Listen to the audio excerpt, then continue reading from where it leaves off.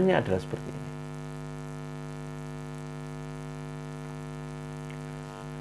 Dari buku saya, Keterampilan Dasar Perawatan Luka bagi Pemula. Ini adalah apa? Judul.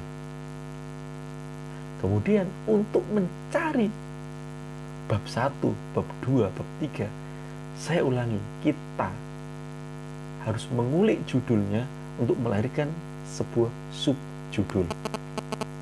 Maka di sini subjudul sama dengan bab. Oke. Lantas bab pertama apa yang kita isikan? Oke. Saya lihatkan. Dari keterampilan dasar yang bisa kita ulik untuk menjadi subjudul atau bab. Keterampilan dasar, apa aja keterampilan dasar? Yang berkaitan dengan perawatan luka, maka di situ ada instrumen bedah dasar. Pastilah kita merawat luka, kita butuh yang namanya instrumen. Kita butuh gunting, kita butuh pinset, dan bedah dasar lain. Maka kita masukkan. Kita bisa memilih kata instrumen bedah dari mana? Ternyata jawabannya dari mengulik judul tadi, keterampilan dasar. Selain keterampilan dasar tentang instrumen apa? Konsep perawatan luka. Nomor 4.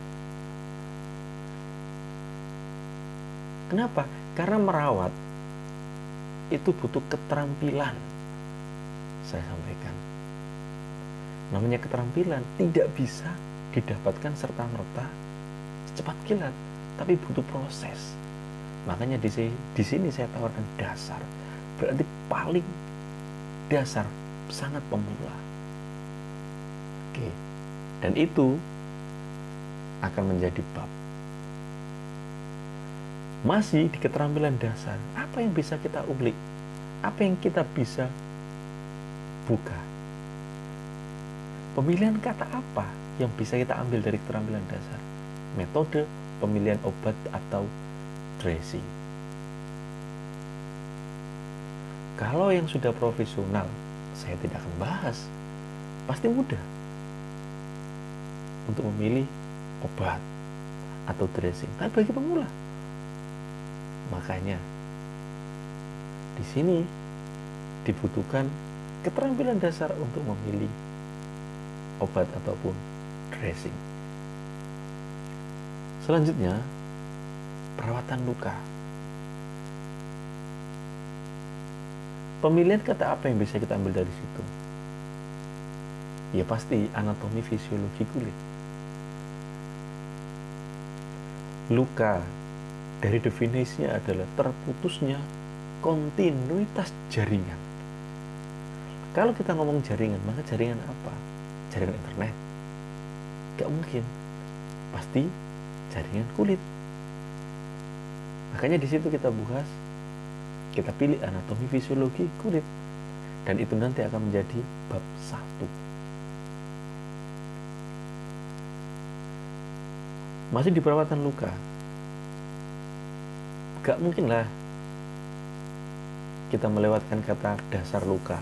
Karena memang buku kita adalah keterampilan dasar perawatan luka. Maka konsep luka itu seperti apa?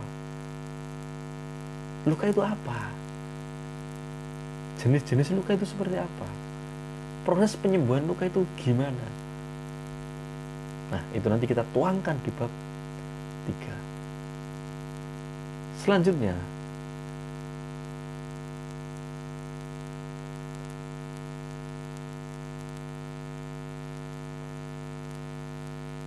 oke, bagi pemula ini sangat-sangat provokatif. Metode pemilihan obat atau dressing.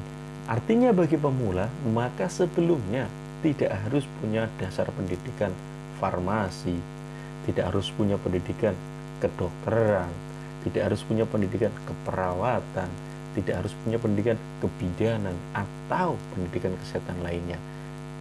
Karena bagi pemula, siapapun boleh, siapapun bisa, mahasiswa, bahkan mohon maaf, ibu rumah tangga bisa. Kenapa? Karena memang ini kita khususkan bagi pemula. Itulah provokatifnya.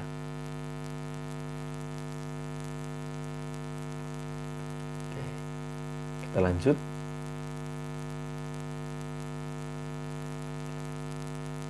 Yang keempat tadi, setelah kita bahas subjudul atau bab, maka kita akan lanjut ke subbab.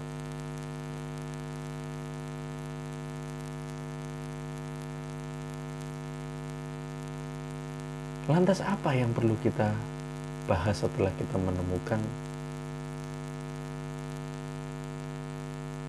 subbab? Di subbab, dari anatomi fisiologi kulit tadi, kita bisa kembangkan apa? Struktur kulit, fungsi kulit. Sebenarnya struktur kulit bisa kita jabarkan lagi. Tapi di sini saya mau menerangkan ke fungsi kulit. Fungsi kulit kita jabarkan sebagai aksesoris, sebagai perlindungan, sebagai termoregulasi. Kalau kita tahu frame-nya, kita tahu konsep dasar ini, maka kita tidak akan kebingungan mengisi dan memilih apa yang kita tuangkan dalam bab, dalam subbab. Sudah ada diagramnya, sudah ada rule-nya, tinggal kita mengisi dengan memilih diksi yang pas.